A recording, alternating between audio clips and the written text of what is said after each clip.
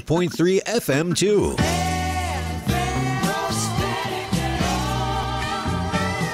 Loud and clear. Health and Wealth Radio, WNN. Times are tough, and right now those in the commercial world know that being heard via advertisements is the name of the game. AmpSquare.tv understands how important advertisement is and is proud to express that it's truly the only plugged-in internet television production company on the market. Amp2.tv live streams all their shows across all the major selling markets in the U.S. and abroad. Call them at 866-224-5422. The AmpSquare.tv library allows productions to be seen over and over again, making commercial platforms more usable. Call 866-224-5422. Toll free 866-224-5422. Amp2.tv, the first and only internet television network that's truly plugged in. 866-224-5422. That's AMP2.TV. 1470 AM and 95.3 FM. The Health and Wealth Radio Network. Listen for the latest on nutritional facts on Food for Thought with your host, Jolie Root. Mondays at noon. WNN. The opinions expressed on the following sponsored program are strictly those of the host, guests, and callers, and not necessarily those of this station, its staff, management, or sponsors. It's Monday night at 9. Time for Sex Talk with Dr. Richard Siegel, a certified sex therapist and sexuality educator. Dr. Siegel is here to answer all your questions about sex and sexuality that you might not have known who to ask. He'll also welcome special guests to talk about a wide variety of topics within the fascinating world of sexuality. So, welcome to Sex Talk. Good evening, and welcome back. And thanks for joining us. It's Sex Talk with Dr. Richard Siegel. Give us a call at 1-888-565-1470. We'd love to answer your questions and hear your comments. I'm here once again with my best guest, my big brother, Larry Siegel. Always a pleasure to be here. Indeed, a pleasure to have you. Following your footsteps into this weird, wacky, wonderful career. This world of sexology, where, as we like to say, you could study it for 200 years and never finish. That's right. Never complete the study.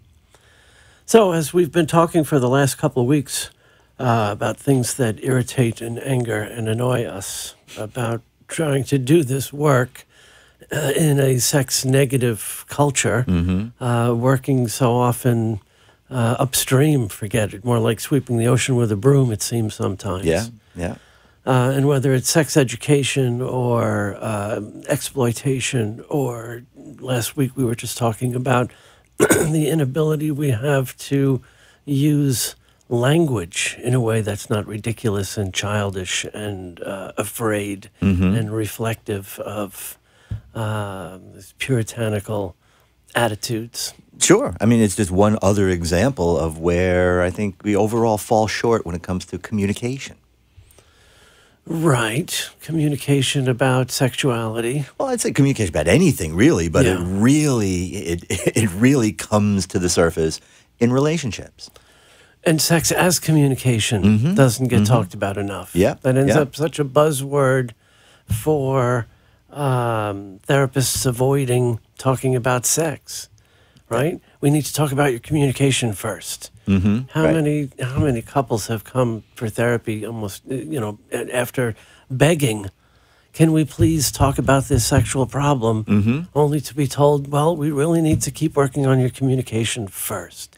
Like classic, whose stuff is it? Exactly. I mean, especially when they also throw on, it's like, well, we're not there. We have to build this rapport first. We have to get to the point where, you're comfortable. And I think that's really just the therapist saying, I am not comfortable. Right, right. So 3 sessions in, 4 sessions in, the big drum rolls. So, how's your sex life? Please say fine. Please say fine. Right. Please say fine. Couple says, fine. Good. Okay, good. Let's talk about your communication some more. Right. Right. What does fine mean? Exactly. Yeah. Well, we know that in recovery circles that means something. Right. Yeah. But in most circles, fine means either great, thanks, or I don't want to talk about it. Let's be polite, right? Like when you run into a friend on the street and say, how are you? You're not supposed to answer that question. Nobody wants the literal answer to that question. The expected answer is fine, thank you, how are you? Right? Nobody wants to hear, oh, my back hurts. I've been having problems. Well, that's part of this overall communication thing. You know, that's exactly right. We say these things in passing. We say these things as a blow off, right? We don't even when it comes to saying goodbye. See you later. I'll call you. And none of these have any meaning. Sure. Right? We don't follow through. And again, we ask people, how are you doing? We really don't want to hear how they're doing. But therapy, psychotherapy is supposed to be talk therapy, right? Where words matter. And it's supposed to, everything is diagnostic. So, right, if the answer to that question, how's your sex life, is fine, and an appropriate follow-up question is great, glad to hear it. When was the last time you two had any sexual intimacy together? And you hear, well, it's been about 9 months. Then we can go, okay, let's go back to what fine means. Right. And I would even start off with that when somebody says fine. I mean, you have a fine tooth comb. You have fine hair. We have fine point pens. Fine is not a state of being. Yeah. When it's used that way, it's generally an avoidance. Yeah, like it's fine. So thanks, if they do say, everything is fine, so what does that mean? Yeah. Again, we talk often about sex therapy being, for some therapists, a tool in their toolbox, among other tools. For other sex therapists like myself, I tend to see it as the lens through which I do therapy. Sure. Right. It's a bias. It's a way of especially with couples, conceptualizing what's going on with them, and it's certainly part of the diagnosis. So of course, that doesn't mean 100% of my practice is sex therapy. But when a couple comes in, I'm certainly going to ask. And it's wonderful, sometimes a couple says, oh, no, we're not here for that. Our sex life is great. We're here because we're fighting all the time. And sometimes they do need communication. And I say, great, I'm glad to hear it. But, it helps me to understand, indulge me, if you will, right? It's part of my diagnostic process. And, of course, 8 out of 10 times, there's plenty to talk about that, again, might have been blown off in previous therapy, where it just, as we've been talking about every week now, it doesn't get asked. Right. How absurd was that study? I think 2 weeks ago you referenced that old Procter & Gamble study where they found that the number one reason patients don't ask doctors about sexual issues is for fear of embarrassing them. Like we're still there. Right. Really. Patients have to worry about embarrassing their doctors, so they don't ask the question. Right. So the doctor gets off the hook if they don't ask the patient the question. Exactly. And, and going back to what you said before about, sex as a form of communication, it really is so important. I believe, was it Barry McCarthy who first put out this notion that when sex is good in a relationship, then it represents about 15% of the overall relationship. Like an improvement of the relationship. Right, exactly. Right. But the place that sex holds is about 15%. Yet when it's bad, and not just the sex, when all the dynamics of the relationship, then sex takes on this disproportionate 70%. I think 50%. 50%. Yeah, it detracts way more than it strengthens, it seems. Right. So when the relationship is strong and it's positive and all of these dynamics are there, sex is great and it's just one other positive aspect of the relationship. But when the dynamics are not there and it is very negative, then it does take on this disproportionate effect. And it really becomes almost overbearing for a lot of people. And it becomes a weapon. Right. And, where we left off last week, we promised to the conversation would come around to talking about cheating and infidelity and affairs and all this language and what these terms mean and how it relates to, the same thread follows throughout. Absolutely. And, poor communication. And as we said last week, how do people in relationships or not ideal relationships, how do they know what the rules are when they've broken them, right? When it turns into a big conflict and things that were just not addressed. Right. Well, I think that's the starting point for why so many relationships do tank. Right? I think we did mention this last time, and I think, again, it's always worth repeating that people go into their relationships, particularly marriages, where they're committing themselves for life, which is a scary proposition in and of itself. Sure. But they go in with assumptions, not agreements. Right? That old blank contract again. Exactly. Right. Exactly. And then the assumption is what I'm thinking that I want from you. I know what you want from me. So the assumption is we know what the rules are. And then we get surprised and blindsided when we find out we've broken rules. What rules are What rules? When were they negotiated? That's right. When did we agree on these Sure. things? Right? Speaking of bearing repetition, let me give the number again. Please give us a call. 888-565-1470. Call in with your questions, your comments. We want to bring it around to talk about what is infidelity. Why do people cheat? Again, how do they know unless they've negotiated the terms, so to speak, of a relationship?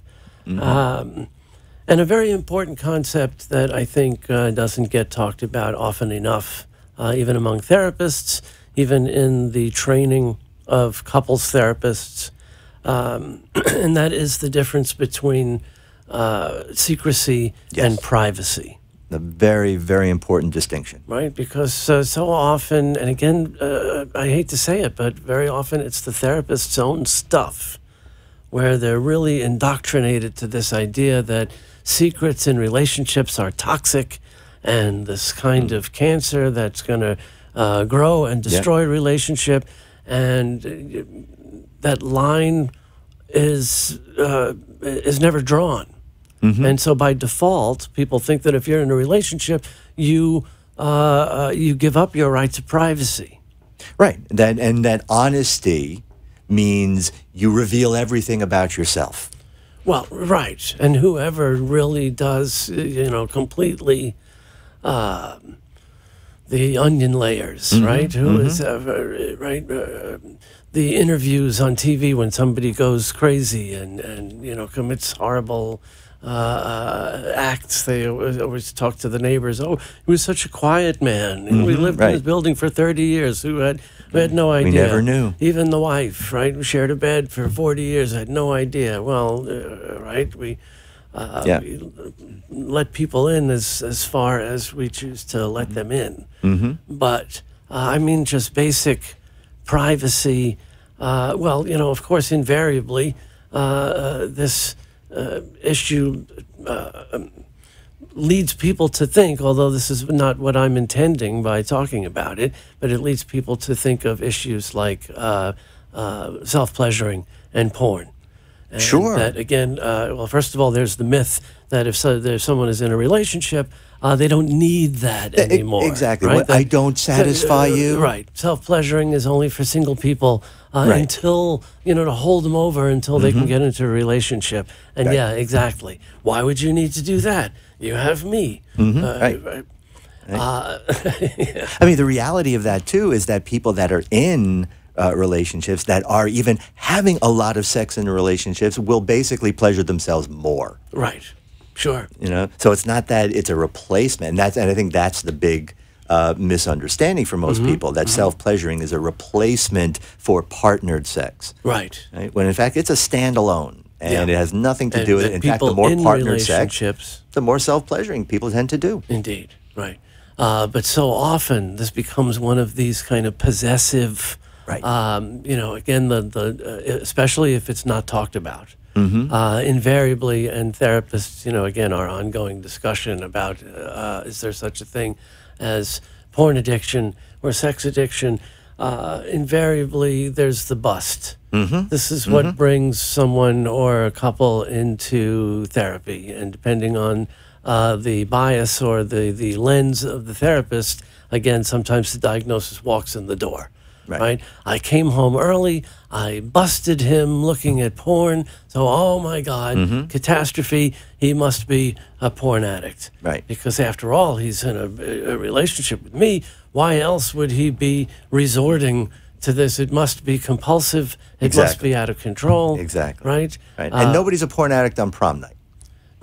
Right. Or on their honeymoon. Yeah, or on their honeymoon. Right. Right. So you're right. The bust is very important, which is, I think, reflective of that idea of betrayal that's so inherent to the concept of infidelity. I mean, what does that even mean, infidelity? Disloyal. Right? To what? To some agreement that really was not negotiated, was not talked about explicitly. Right. It was just assumed. You should know, I should know. We don't have to write these things down, except we repeat after the priest, the minister, the rabbi, the justice of the peace in front of the friends and family. Nobody's negotiating then. Okay. We have an email through Facebook there. So let's see what that says. Understand that you do sex therapy. Can you do couples counseling not involving the sexual side? Well, of course, right? Sure. All sex therapists are psychotherapists first. Right. And sex therapy certainly is a form of couples counseling. And very often couples need couples counseling to kind of prepare them for sex therapy. If there's a lot of anger, if there's a lot of betrayal, if there's fires burning, then sex therapy is really not a good idea until the fires are put out. Right. Right. But sex therapy certainly is an effective intervention. And of course, with our bias, not just because of our training and our theoretical orientation, but because we know that it works from working with couples, the reason why sex therapy is effective, not instead of, but in addition to, is that it keeps the couple's focus on, well, the fact that they're lovers. Most of the time, they started out that way. And how do they stay that way? And my biggest gripe with losing that focus is just like so much of the sex addiction diagnosis. It tends to take the current crisis and freeze it into the new permanent. It defines the relationship. Right now, this is the new permanent, instead of we're looking at it as a crisis in the relationship that can be worked through. Exactly. That can be in the rearview mirror. Right. And, the relationship is a context. And the sexual part, the sexuality, the sex therapy, that's one domain out of several domains that make up the relationship. Right. And, I think part of what, you're saying and what we have, said previously, it's not that the sex part and the sex therapy is necessary for every relationship, and it's not that all the relationships are only, we just only focus on the sex part, but it happens to be the one that is the most overlooked and the most neglected, so it just happens to be the focus of that particular specialty. Yeah. But it's not to say that it should define the whole relationship, because that's kind of like repeating the same problem. Right? Whoever sent that question, and thank you. I'm glad for that. It's a good, it's an important reminder. I think we were griping over the past weeks that in a perfect world this wouldn't be a specialty, that all therapists would be trained, all couples therapists would be trained in sexuality, but until it is a perfect world and sexually healthy, it's a wonderful thrill to be able to work with therapists and train them to work with sexual issues. Absolutely. But I think of all therapists, again, here my bias is showing, but sex therapists are really cross-trained. They need to be very well-versed in systemic approaches to seeing the couple as a patient and the bigger picture. And certainly there's the medical component in working with sexual medicine, with physicians, nurse practitioners, physical therapists, all these wonderful, the dream team members, as Marilyn Volker calls them, our dear mentor Marilyn. And, as my late mentor Susan Lee used to describe sex therapy as a cognitive behavioral therapy with a psychodynamic underpinning that you can't ignore that history. You can't ignore the baggage, the luggage that people bring into a relationship from their past. You can't ignore intergenerational things. But when possible, to stay in the present here and now and look at a sexual problem, the history of the sexual problem. Has it started recently within the past 6 months or a year or 2 years, or has it always been this way? The history of the relationship, very often it doesn't require what most people think of being in therapy, years of lying on the couch and psychoanalysis and talking about, year after year of talking for insight. It's very behavioral and focused on fixing the problem. Sure. And again, in the context of the relationship.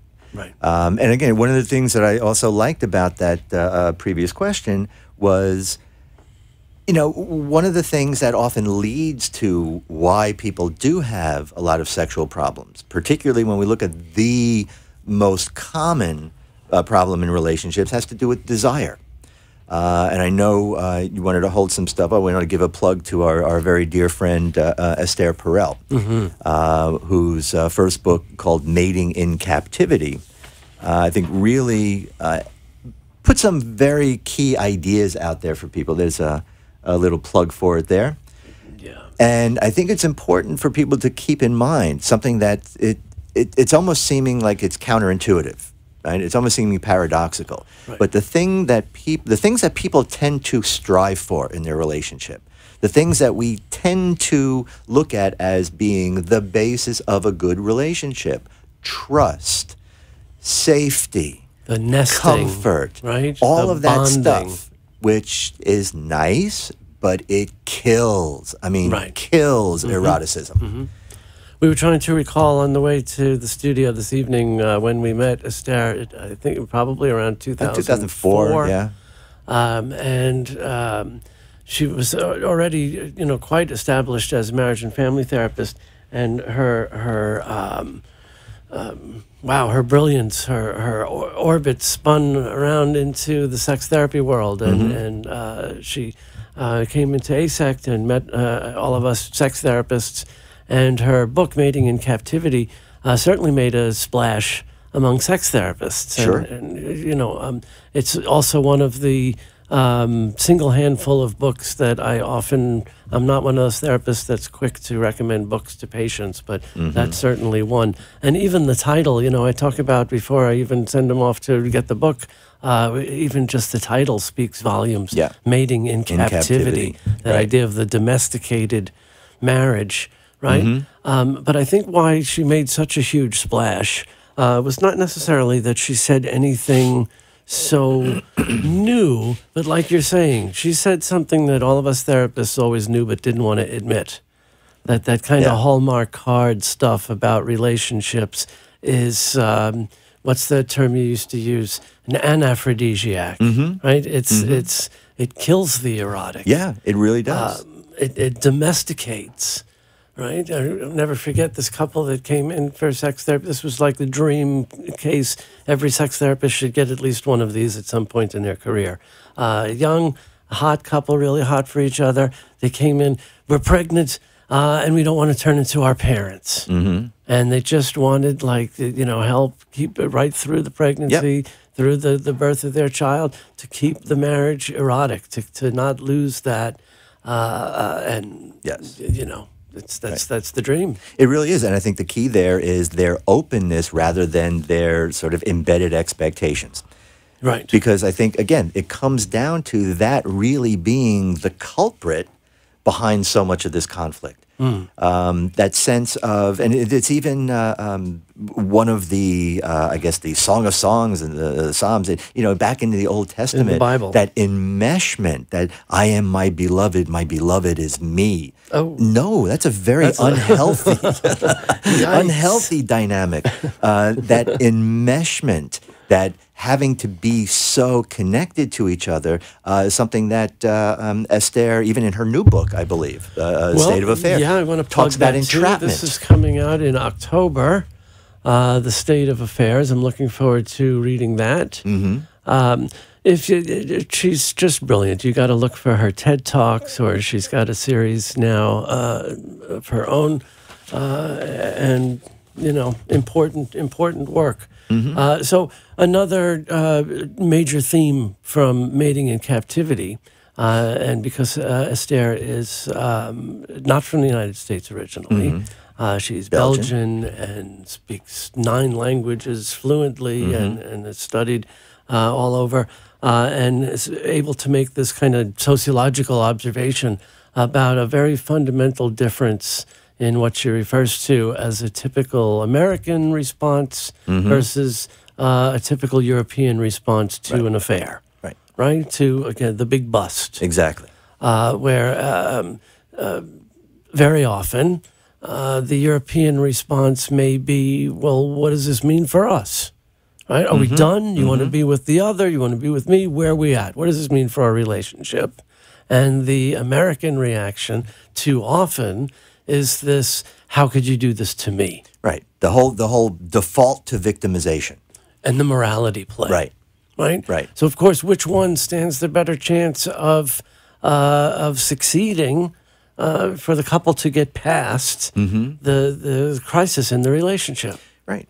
And to be the willing moral outrage is going to impede any kind of success. But the whole willingness to get past that and not get into the doghouse dynamic, not get into that. My ego has been so trampled on, this zero tolerance, and it doesn't do anybody any good. And it certainly defined, and we know that Esther has gotten a lot of grief over the years too, by even some people in the field, by just even suggesting that for a lot of relationships, the affair can be the best thing that ever happened to it. Like a nuclear blast to save the relationship, to knock them back, to remind them what they're doing there. And to focus on their commitment. For some, it's the first and only time they start talking about the relationship and their dynamics. The ego that gets in the way, we've talked about this before too, even looking at getting through, something that we get a lot of grief about when we say things like that. People don't understand the difference between fault and responsibility. That in that sort of victim-perpetrator dynamic, that even though maybe one person engaging in the behavior, but the reality is the other person has just as much responsibility in this dynamic as the person engaging in the behavior. People so angry. It does. To suggest that it's a couple's dynamic, it's a couple's issue, that it takes two to tango. No, the perpetrator, the betrayer, has to be punished, and that's it. The relationship is done. Exactly. If one turns into the warden, the cop, the angry parent, the mommy, the relationship is done. Right. And I like how you often sort of characterize it, that when you get that doghouse dynamic, and especially if we look at a common dynamic where, let's say, a female partner and the male is the perpetrator, and he said, okay, well, all right, we'll get through this. I'll take you back, or I won't leave you, but you have to prove yourself to me. You have to make me want to trust you again. Right. And that's never going to happen in that dynamic. Yeah. Right? Because as you often describe it, that creates this sort of parent-child dynamic, and we are wired biologically to not be sexually turned on by mommy or by our children. Yeah. So when that dynamic sets up, then it becomes even more traumatic for them later on, because there's no sex, and they stop, and there's a wall that they can't seem to break through. Well, it's my turn to say it. You know what the music means. Thank you all for listening. Write it down for next week. 888-565-1470, and email your questions. Thanks. Monday night, 9 p.m., Sex Talk with Dr. Richard Siegel. See you next week. And check us out on Facebook and YouTube. Thanks to my brother Larry Siegel. My pleasure.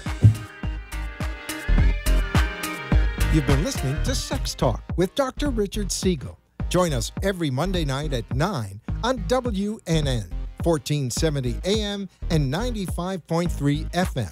Or watch live streaming video at AMP2 TV Productions on Facebook, or look for the shows on YouTube. Thanks for tuning in, and we hope you'll join us again next week. Transform your life. If your body could talk, what would it tell you? At DexaFit, we show you how to take control of your health and fitness to live a happier, more fulfilling life. Hormones, metabolic health, and cardio fitness all play a significant role in your energy levels, sleep quality, and overall well-being. With our proven methods of measure, track, and discover, we show you how your body composition, cardio fitness, and metabolic health compare to your optimal level. At DexaFit, our goal is to help you identify and understand the health and fitness of how to transform your body to meet your individual goals, break through your plateaus, and take the guesswork out. Improve your energy levels, sleep, and weight. Give us a call at 561-923-8833. We are conveniently located at 2499 Glades Road in Boca Raton. Schedule an appointment online at DexaFit.com. Give us a call, 561-923-8833, and mention this ad for special pricing. Home of the Rainbow Bagel, My Delicious Deli brings you home cooking with a Remember When Deli dining experience. Located in central Boca Raton, My Delicious Deli prepares all of their food with the freshest of ingredients cooked to order. From a light nosh and soups to omelets and full entrees, choose from low-fat and gluten-free or indulge in one of My Delicious Deli's signature deli sandwiches. Bring your family and friends to dine in or take out. Open 7 days a week for breakfast, lunch, and dinner to go, or for all of your catering needs. Visit us at mydeliciousdeli.com or give us a call at 561-393-3287. There is something for everyone. Join us at 7036 West Palmetto Park Boulevard in Boca Raton. 954-393-3287. Talk here. Talk there. Talk 1470 AM and 95.3 FM. The Health and Wealth Radio Network.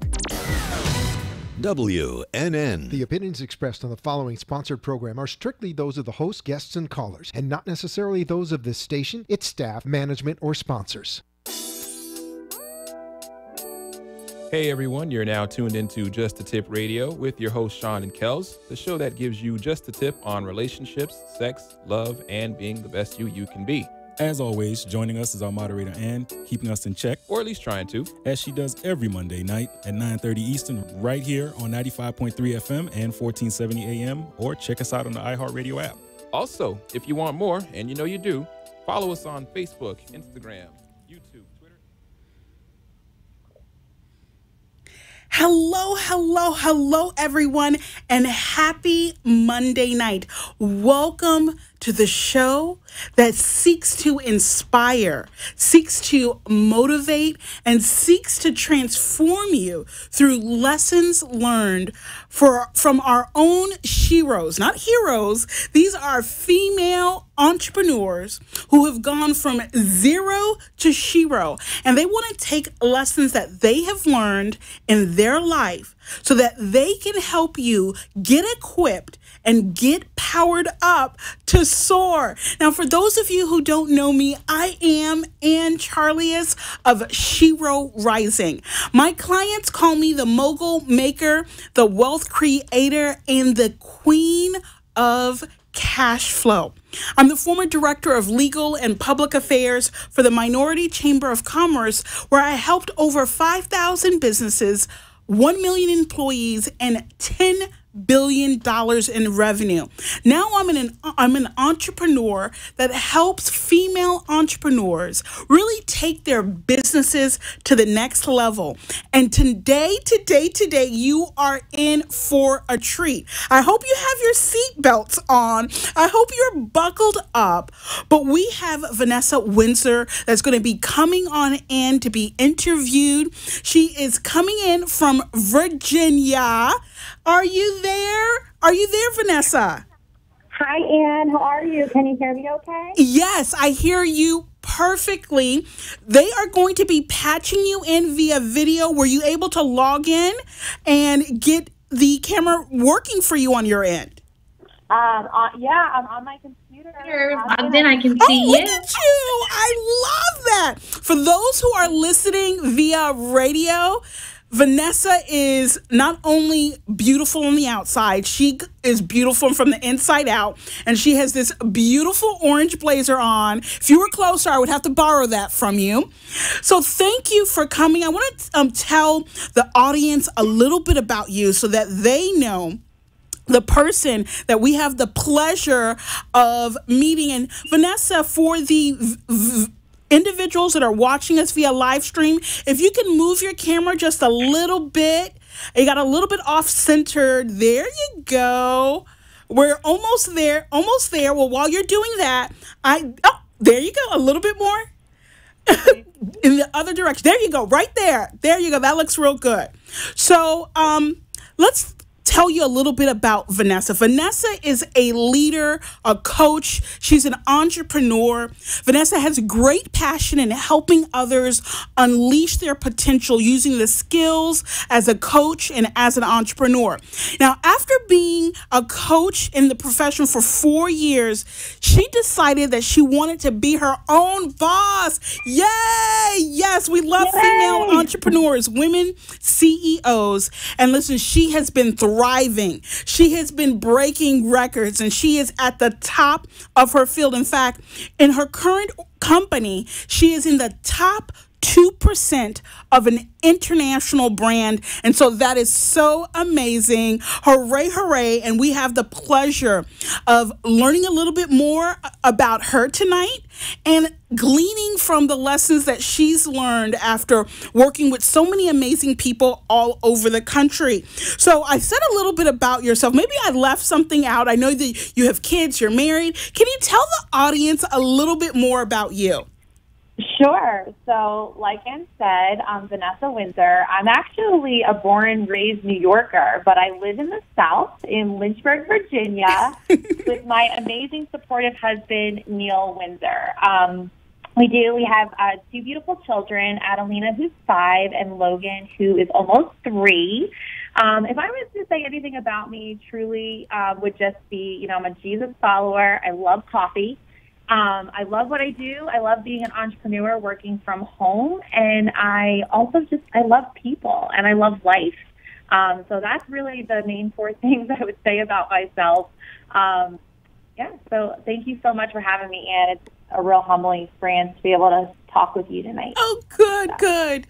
Well, we have a 3 million reach. 3 million person reach. So nothing to be scared about. So one of the questions that I like to ask all my female entrepreneur superheroes, can you tell the audience about your zero moment? The reality is we've all had a moment in our lives where we thought maybe what we're doing is not working. Maybe we want to give up. Let's be real. Let's be transparent. Sometimes it's really tough. Can you tell the audience about what has been one of your zero moments? When I, thinking about a zero moment, I think that it's a lot of little moments. And, someone coming, from, I do have a business background, but, truly being in, coaching, college coaching, completely different field than being an entrepreneur or in network marketing. I think that I really didn't know what I was getting into, Ann. I think that a lot of people are uneducated about the network marketing profession. I think maybe sometimes, with certain companies, there's some negative connotation. But what I will say is when I first, became an entrepreneur, I didn't realize that everyone wouldn't see what I saw, that I was going to get no's, from people, but I also was going to get yeses. And I think those zero moments were those moments where I had to realize that not everyone was going to be a customer, not everyone was going to join me as a partner, and to be okay with those zero moments. And truly, for me, it was the first year, learning, those learning curves of never owning an own business before, whether it was a brick and mortar or a virtual business, never owning that. And, really, it's sometimes not fun, getting the news. So I would say those are my zero, that was my zero moment where I had to really ask myself, do I really want to put myself out there? And do I want to continue doing this? Wonderful. And, thank you for being so transparent and honest, because for a lot of us, we're in this social media world where everyone is photoshopped to perfection. And so it's great to sometimes hear that even someone who's in the top percent of their field has those moments. Now, you mentioned your business and your company a little bit. Can you share with the audience a little bit more about what you do, the results that you create? Sure. So I always tell people that I never thought I'd be in this type of profession. So I was truly one of those people that just really never saw myself doing something like this. But what I can say is I didn't say yes to the profession. I said yes to the brand. I'm in with the #1 skincare brand in North America, a true legacy brand. And I think for me, I really wouldn't even call myself a skincare consultant, honestly, Anne. I would call myself a change leader. Through this company, I love that. Wait a minute. Repeat that. What are you? I love that. I'm a change leader. And honestly, I call myself that because through this company in particular, I really feel that it's given me the confidence to be able to help other people, whether it's through their skin or whether it's through building a home business and really being able to make a lucrative income around, everyday life. We're busy people, Anne, but we can get a lot done. And so I do consider myself a change leader because it's not just about physical change. It's not just about financial change. It's about changing who you are and allowing it to be used as a tool. And that's truly what I love what I do. So I don't even really consider myself a network marketing professional. I really just consider myself a change leader.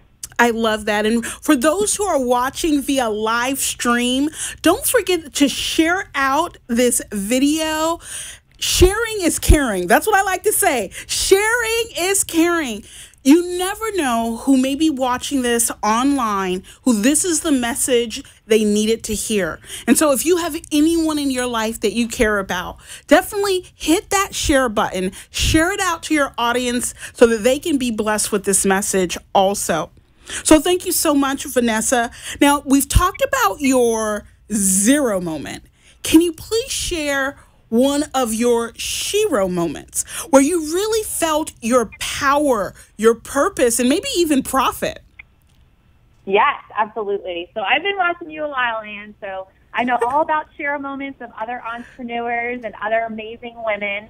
So I feel like this is a really tough question, but I'm going to tell you a little story, and I think that's the best way I can tell you about my Shero moment. So we talked about my zero moment. That was the first year of business. But what I can tell you, on paper, the first year of business did not look so well. I had a lot of customers, but I wasn't really getting a lot of business partners to really see what I was looking for. But I had one. I had one amazing one, and her name was Karen.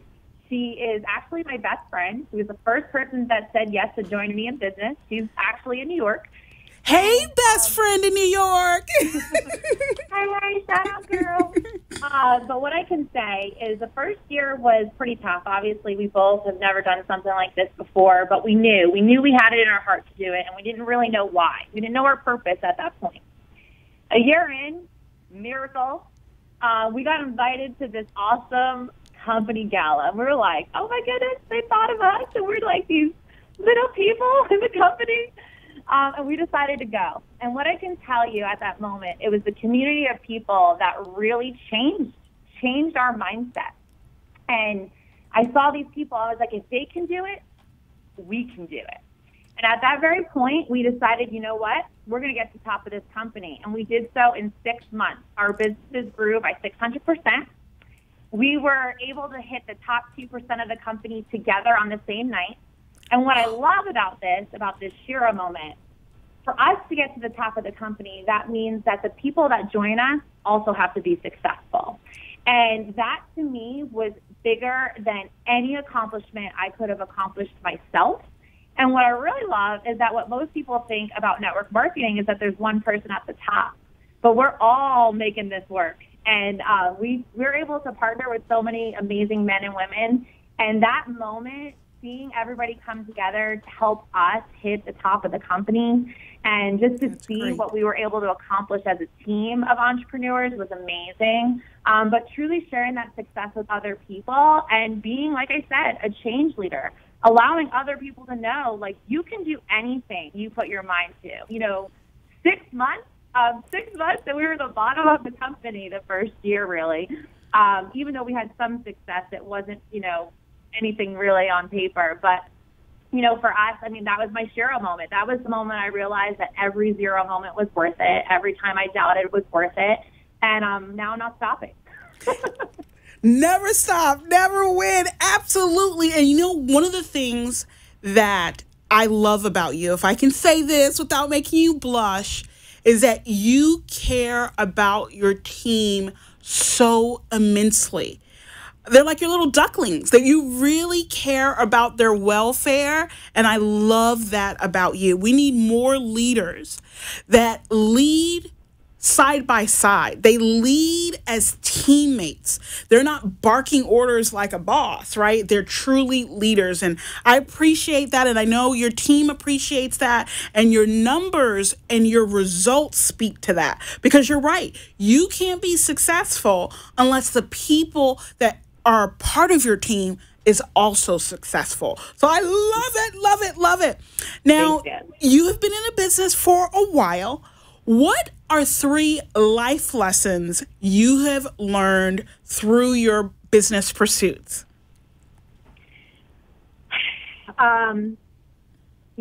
I kind of thought, it is the business that taught me this, but I really wasn't living life this way. And I had my grandfather in my life. He recently passed away almost a year and a half ago now. But he lived life so adventurously. And what I mean by adventurously is he was totally like, let's go do something today.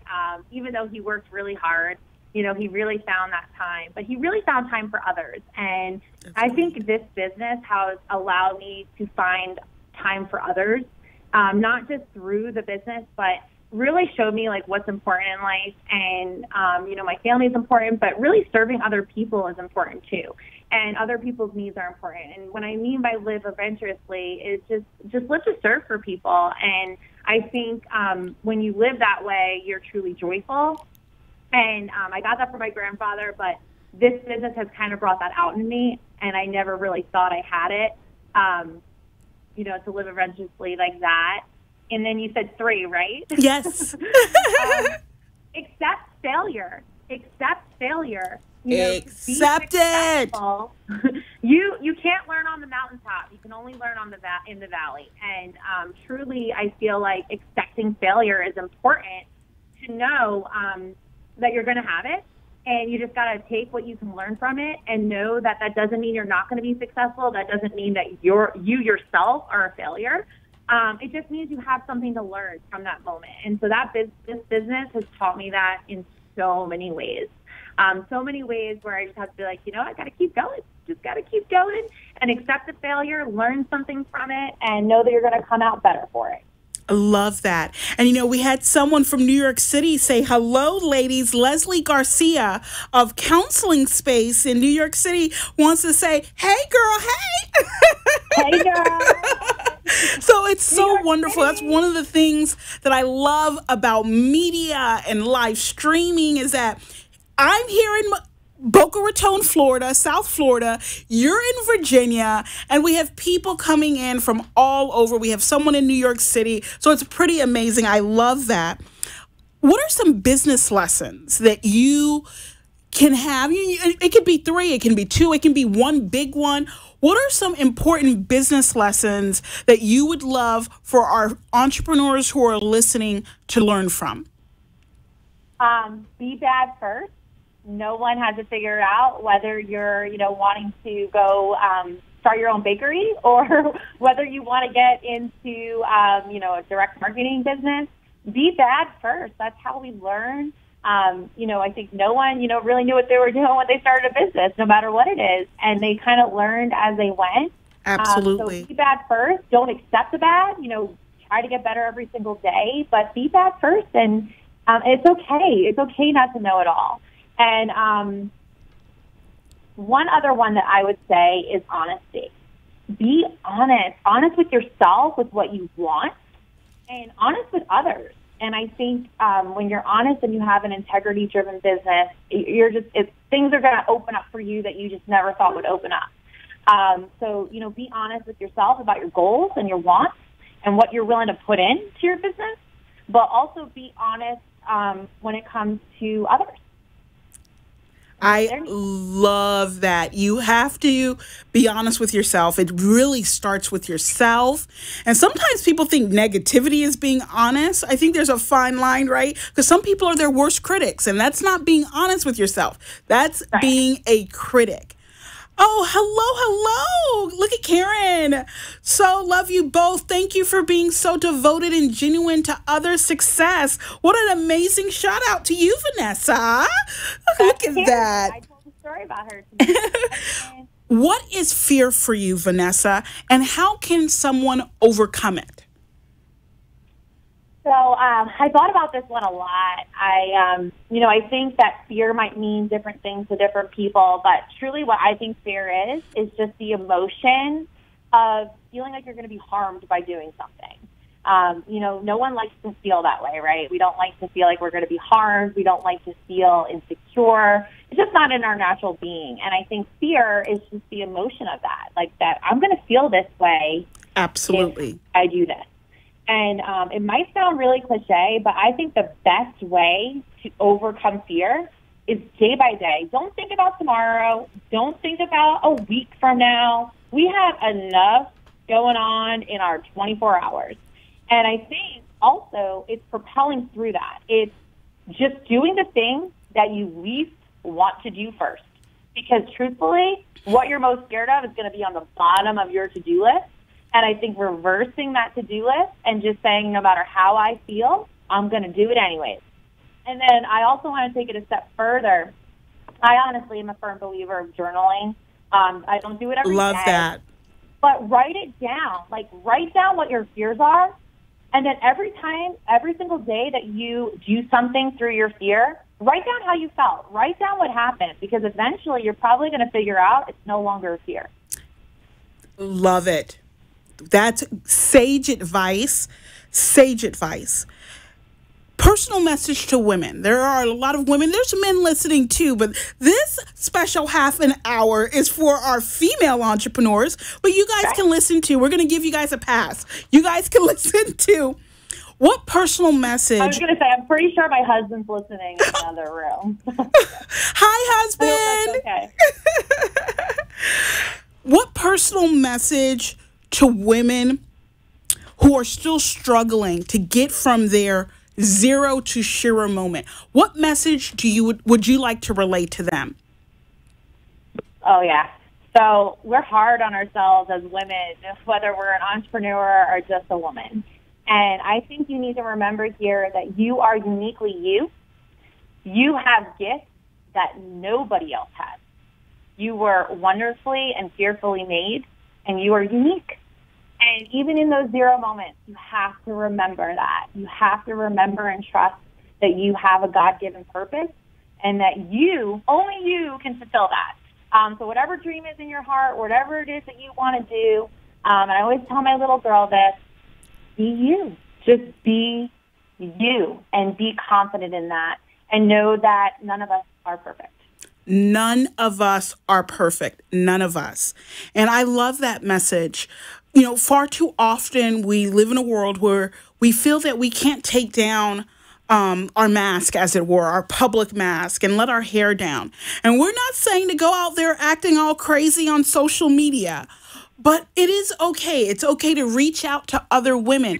Vanessa and I have known each other for over a year now. When I first started my Shero Rising company, she's one of the first people that we spoke on the phone. And over the course of this past year, both of us have grown. We've grown in relationship with one another. We've grown our businesses. And I think that's one of the biggest messages I want women to understand, that it doesn't have to be competition, that we can come together in community and collaboration. And like Beyonce said, run the world. Oh, I like that.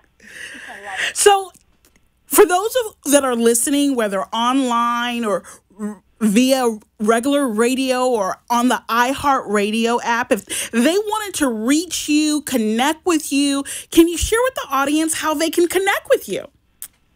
Yeah, so I welcome a friendly, Facebook ad on Facebook. If it's a business inquiry, just email Vanessa Windsor at iCloud.com. I will get right back to you, usually within 24 hours. So, so that's the best way to get in touch with me. I'm also on LinkedIn. I love being on LinkedIn, to meeting other professional entrepreneurs, specifically women for this broadcast. But, so I'm on there as well, and you can just look me up, Vanessa Windsor, on both. Okay, wonderful. Now, I do have one more question. We have a little bit of time on our hands. The half an hour has flown by. Do you know we only have like 3 minutes left? Can you believe that? Did that half an hour, that just flew by. I can't believe it. But I guess we're in some type of time warp because of all this motivation and inspiration. It just makes time go by a little bit faster. How do you stay inspired? As a Shero, how do you keeping on? I'm inspired by others. I think I've always been that type of person. I love doing just community with other people, like-minded people, positive people. And I'm very fortunate that I don't just get that through my business. I get that through my local church. I get that through my CrossFit chicks that I work out with at the gym. I've seen those pictures, girl. You have some guns going on. Other moms in the school. So I have a various of communities, and I think I'm really inspired by each and every one of them in unique ways. My crew of women entrepreneurs that I get to work with. And I think just being inspired is just by being around positive, like-minded people. And that's how I find my inspiration. My husband is one of my other inspirations. Just seeing how hard he works on his doctorate and providing for his family. And, that's how I stay inspired. And also getting away, too. So I know this, I want to say that, getting that alone time for me and just kind of decompressing from it all. I'm a very go person. I always have been. And I'm learning to actually, by being inspired, I have to slow down sometimes.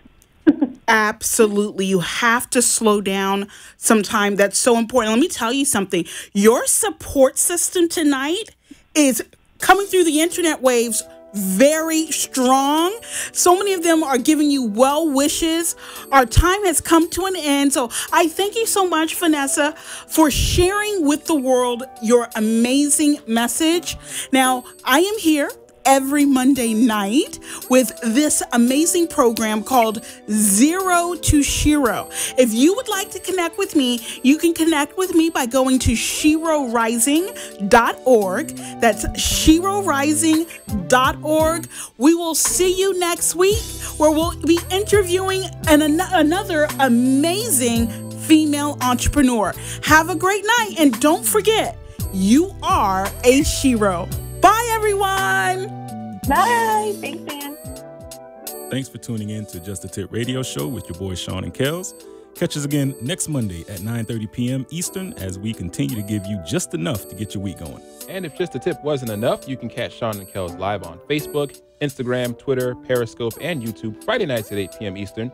Just search for Sean and Kels. Don't forget to subscribe for the latest videos and sound bites as well. We'll give you more next time.